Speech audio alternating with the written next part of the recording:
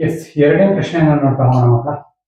ಎರಡನೇ ಪ್ರಶ್ನೆ ಏನ್ ಸಂಬಂಧಪಟ್ಟಿದೆ ಅನ್ನೋದು ನೋಡ್ತಾ ಹೋದ್ರೆ, it is about zeros of the polynomials. ಯಾವುದಕ್ಕೆ ಸಂಬಂಧಪಟ್ಟಂತ ವಿಚಾರ ಆಗಿದೆ?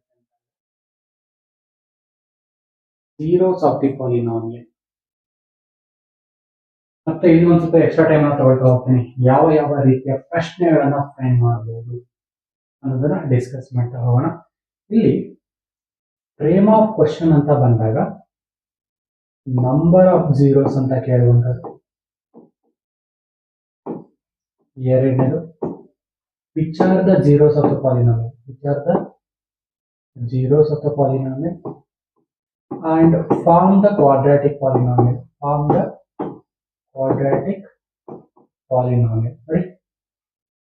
ಪ್ರಶ್ನೆಗಳು ಯಾವ್ಯಾವ ರೀತಿ ಇರುತ್ತೆ ಅಂದ್ರೆ, ಎಷ್ಟಿದಾವೆ, how many zeros of the polynomial ನ ಕಂಡಿಡಿಯೋದು ಹೇಗೆ. ಈಗ ಸಪೋಸ್ ಎರಡು ಇದಾವೆ ಅಂತ ಹೇಳಿದ್ರೆ, ಯಾವ್ದಾದ್ರು ಎರಡು ಜೀರೋಸ್ ಆಫ್ ದಿ ಪಾಲಿನಾಮಿಯಲ್ ಇದೆ ಅಂದ್ರೆ ಅದು ಯಾವುದು, ಹೇಗೆ, ವಿಚ್ ಆರ್ ದೋಸ್ ಅನ್ನೋದನ್ನ, ಮತ್ತೆ ಆ ಎರಡನ್ನು ಯೂಸ್ ಮಾಡಿಕೊಂಡು ನಾವು ಒಂದು ಕ್ವಾಡ್ರಾಟಿಕ್ ಪಾಲಿನಾಮಿಯಲ್ ನ ಫಾರ್ಮ್ ಮಾಡೋದು ಹೇಗೆ.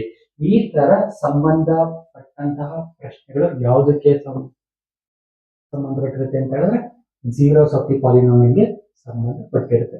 ಹಾಗಾದ್ರೆ zeros of the polynomials number ನ ಕಂಡುಹಿಡಿಯೋದು ಹೇಗೆ, ಹೌ ಮೆನಿ ನಂಬರ್ಸ್ ಇದಾವೆ ಅಂತ ನೋಡಿದ್ರೆ, ಯಾವುದೇ ಒಂದು ಗ್ರಾಫ್ ಅನ್ನ ತಗೊಂಡಾಗ ಅದು ನಿಮಗೆ ಯಾವ ರೀತಿ ಇಂಟರ್ಸೆಕ್ಟ್ ಮಾಡ್ತಿದೆ ಎಕ್ಸ್ ಆಕ್ಸಿಸ್ ನ ಅಂತ ನೋಡೋದಾದ್ರೆ, if the graph is intersecting, ಇಲ್ಲಿ ಕೊಟ್ಟಿರುವಂತ ಕ್ವಶನ್ ಅನ್ನು ಅಬ್ಸರ್ವ್ ಮಾಡ್ತಾ ಹೋದ್ರೆ, the given curve intersecting the X Axis at 4 distinct points, ಅಂದ್ರೆ 4 ಡಿಫರೆಂಟ್ ಪಾಯಿಂಟ್ಸ್ ನಲ್ಲಿ ಆ ಒಂದು ಗ್ರಾಫ್ ಏನಾಗ್ತಾ ಇದೆ, ಇಂಟರ್ಸೆಕ್ಟ್ ಆಗ್ತಾ ಇದೆ. ಹಾಗಾದ್ರೆ ಅದರ total number of zeros of the polynomials ಎಷ್ಟಾಗುತ್ತೆ, 4 ಆಗುತ್ತೆ. ಹಾಗಾಗಿ ಈ ಒಂದು ಪ್ರಶ್ನೆಗೆ ಸರಿಯಾದ ಉತ್ತರ ಯಾವುದಾಗಿರುತ್ತೆ, 4 ಆಗಿರುತ್ತೆ. Hope you understood. ಸಪೋಸ್ ಇನ್ನೊಂದು ಸಿಂಪಲ್ ಆಗಿರೋ ಎಕ್ಸಾಂಪಲ್ ನಾವು ತಗೊಳ್ಳೋದಾದ್ರೆ, ಇಲ್ಲಿ ಅಬ್ಸರ್ವ್ ಮಾಡಿ, ಈ ಒಂದು ಗ್ರಾಫ್ ಅನ್ನ ಅಬ್ಸರ್ವ್ ಮಾಡೋದಾದ್ರೆ ಎಷ್ಟು ಕಡೆ ಇಂಟರ್ಸೆಕ್ಟ್ ಆಗ್ತಾ ಇದೆ, 1 2 and 3. Okay, in the second example ನೀವು ಅಬ್ಸರ್ವ್ ಮಾಡೋದಾದ್ರೆ, in the second example the given curve intersecting the x-axis at 3 different points. ಹಾಗಾದ್ರೆ ಎರಡನೇ ಪ್ರಶ್ನೆ ಬಂದಾಗ ಸರಿಯಾದ ಉತ್ತರ ಯಾವ್ದಾಗಿರ್ಬೋದು, ಆಪ್ಷನ್ ಎ ಆಗಿರುತ್ತೆ. ಆದ್ರೆ ಅಲ್ಲಿ ಒರಿಜಿನಲ್ ಆಗಿ ಕೊಟ್ಟಿರುವಂತ ಗ್ರಾಫ್ ಗೆ ನೋಡೋದಾದ್ರೆ, number of zeros of polynomials are 4. ಇಲ್ಲಿ ನಾನ್ ತೆಗೆದುಕೊಂಡಿರುವಂತ ಒಂದು ಎಕ್ಸಾಂಪಲ್ ಅಲ್ಲಿ ಏನಾದ್ರು ನೀವು ಅಬ್ಸರ್ವ್ ಮಾಡೋದಾದ್ರೆ ಅದಕ್ಕೆ ಬಂದಾಗ ಆನ್ಸರ್ 3. ಇನ್ನೂ ಒಂದು ಎಕ್ಸಾಂಪಲ್ ನೋಡ್ತಾ ಹೋಗೋಣ.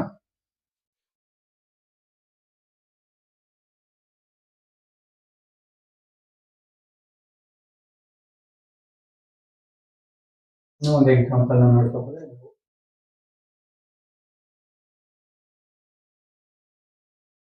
ಇಲ್ಲಿ 1 2 3 1 2 3 here -1 middle you know that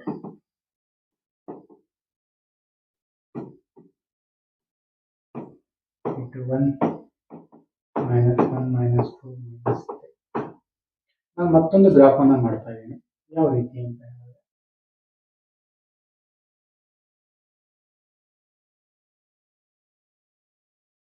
ಈ ರೀತಿ ಒಂದು ಗ್ರಾಫ್ ಅನ್ನ ಮಾಡಿದ್ದೀನಿ.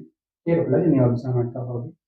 ಹಾಗಾದ್ರೆ ದ ಗಿವನ್ ಕರ್ವ್, ಕೊಟ್ಟಿರುವಂತ ಕರ್ವ್ ಎಷ್ಟು ಪಾಯಿಂಟ್ ಅಲ್ಲಿ ಇಂಟರ್ಸೆಕ್ಟ್ ಆಗ್ತಾ ಇದೆ ಎಕ್ಸ್ ಆಕ್ಸಿಸ್ ನೋಡಿ. It is intersecting the X Axis at 2 distinct points. ಎಷ್ಟು ಪಾಯಿಂಟ್ ಅಲ್ಲಿ, 2 ಡಿಸ್ಟಿಂಕ್ಟ್ ಪಾಯಿಂಟ್ಸ್. ಅವಾಗ number of zeros of the polynomial, number of zeros of the polynomial will be how much. ಹಾಗಾದ್ರೆ ಎರಡನೇ ಪ್ರಶ್ನೆ ಬಂದಾಗ ಇಲ್ಲಿ instead of zeros of polynomials ಅಲ್ಲಿ ನಮಗೆ ಏನ್ ಬರ್ಬೋದು ಅಂತ ಹೇಳಿದ್ರೆ, zeros of the polynomial R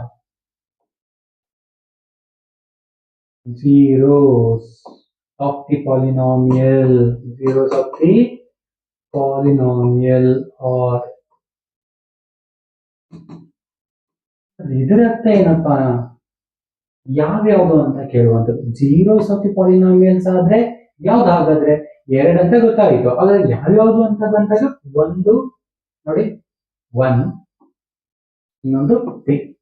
The 1 and 3 are the zeros of the polynomial according to the intersection of the curve on x-axis. Hope you understand clearly. ಇದು ಎರಡನೇ ರೀತಿಯ ಪ್ರಶ್ನೆ.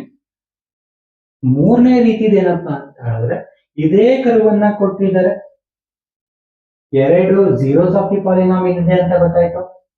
ಯಾವ್ಯಾವ್ದು ಅಂತ ಬಂದಾಗ which are the zeros of the polynomials ಅಂತ ಬಂದಾಗ 1 and 3 ಅಂತ ಗೊತ್ತಾಯ್ತು. ಈ 1 and 3 ನ ಯೂಸ್ ಮಾಡಿಕೊಂಡು ಕ್ವಾಡ್ರಾಟಿಕ್ ಪಾಲಿನಾಮಿಯಲ್, ಆ ಒಂದು ಪಾಲಿನಾಮಿಯಲ್ ನ ಯಾವ ರೀತಿ ನಾವು ಫ್ರೇಮ್ ಮಾಡ್ತಾ ಹೋಗ್ತೀವಿ. ಜನರಲ್ ಕ್ವಾಡ್ರಾಟಿಕ್ ಪಾಲಿನಾಮಿಯಲ್ ನಿಮ್ಗೆ ಆಗಲೇ ಗೊತ್ತಿರುತ್ತೆ, ಏನು p of x is equal to x square minus alpha plus beta into x plus alpha into beta. So one of the zero of the polynomial is alpha and another zero of the polynomial is beta. Now according to these values, the polynomial will be x square minus 1 plus 3x plus 1 into 3. Then the quadratic polynomial is x square minus 4x plus 3. Hope you understand how to form the quadratic polynomial by taking the help of zeros of the polynomial. There are two zeros of the polynomial which are 1 and 3, and these will help to form the quadratic polynomial. ಅರ್ಥಾಯ್ತಲ್ಲ, ಮೂರು ರೀತಿಯ ಪ್ರಶ್ನೆಗಳನ್ನ ಈ ಒಂದು zeros of the polynomial ಗೆ ಸಂಬಂಧಪಟ್ಟಂತೆ ಕೊಡುವಂತ chances ನಿಮಗೆ ಇರುತ್ತೆ. ಎಷ್ಟು ನಂಬರ್ ಇದಾವೆ, how many zeros of the polynomial ಅಂತ ಕೊಟ್ಟಾಗ ಎಷ್ಟು ಕಡೆ ಇಂಟರ್ಸೆಕ್ಟ್ ಆಗಿದೆ ಅಂತ ನೋಡ್ಕೋಬೇಕು. ಈ ಒಂದ್ ವೇಳೆ ಏನಾದ್ರೂ ಎರಡು ಕಡೆ ಇಂಟರ್ಸೆಕ್ಟ್ ಆಗಿದ್ರೆ 2 ನಂಬರು, 3 ಕಡೆ ಇಂಟರ್ಸೆಕ್ಟ್ ಆಗಿದ್ರೆ 3 ನಂಬರು, 4 ಪಾಯಿಂಟ್ ಇಂಟರ್ಸೆಕ್ಟ್ ಆಗಿದ್ರೆ 4. ಈಗ ಒಂದು ಕ್ವಾಡ್ರಾಟಿಕ್ ಪಾಲಿನಾಮಿಯಲ್ ಅಂತ ಬಂದಾಗ ಎರಡೇ ಕಡೆ ಇಂಟರ್ಸೆಕ್ಟ್ ಆಗಿರುತ್ತೆ, 2 ಪಾಯಿಂಟ್ಸ್ ಇಂಟರ್ಸೆಕ್ಟ್ ಆಗುತ್ತೆ.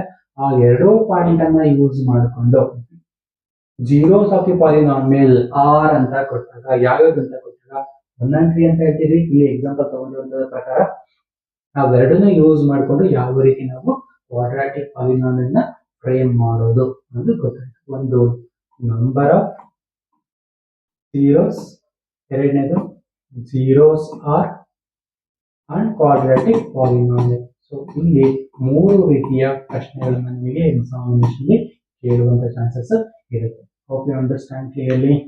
ಎಸ್.